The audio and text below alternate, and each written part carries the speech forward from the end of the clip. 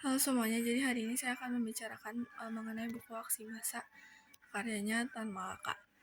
Buku ini merupakan salah satu karya dari Tan Malaka yang berisi mengenai pemikiran politik dan perjuangan rakyat Indonesia pada zaman penjajahan. Buku ini ditulis sebagai salah satu kritik terhadap sistem kolonial serta ajakan masyarakat untuk menyadari kekuatan mereka sendiri sebagai penentu perubahan. Tan Malaka di sini menjelaskan kalau kemerdekaan itu nggak bisa diraih oleh janji-janji aja, tapi harus diperjuangin sendiri melalui kesadaran masyarakat secara bersama-sama. Nah, di dalam buku ini juga diartikan sebagai gerakan kolektif dari masyarakat yang punya makna jelas, jadi makna jelas dan juga kayak tersusun gitu. Nah, isi buku dari Aksi Massa ini menekankan pentingnya persatuan, pendidikan politik, dan keberanian rakyat untuk melawan ketidakadilan. Nah, di sini Tan Malaka mengkritik sikap pasif dari masyarakat dan menegaskan bahwa mereka nggak boleh cuma jadi penonton dalam sejarah bangsa mereka sendiri, tapi mereka juga harus berani take action untuk negara mereka, yang pokoknya secara terarah dan gak rusuh gitu, yang harus tersusun dengan strategi.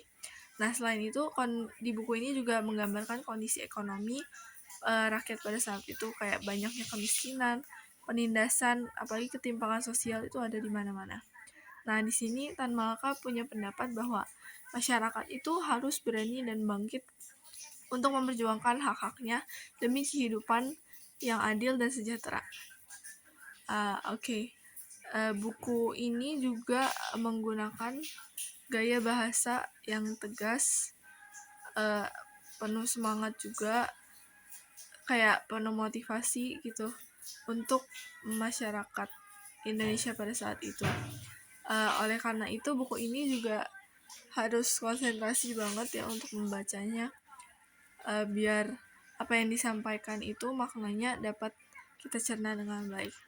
Buku ini juga sangat relevan pada zaman masa itu, sehingga kita yang membacanya di zaman ini tuh dapat mengerti gitu apa sih keresahan-keresahan pada masa-masa dulu.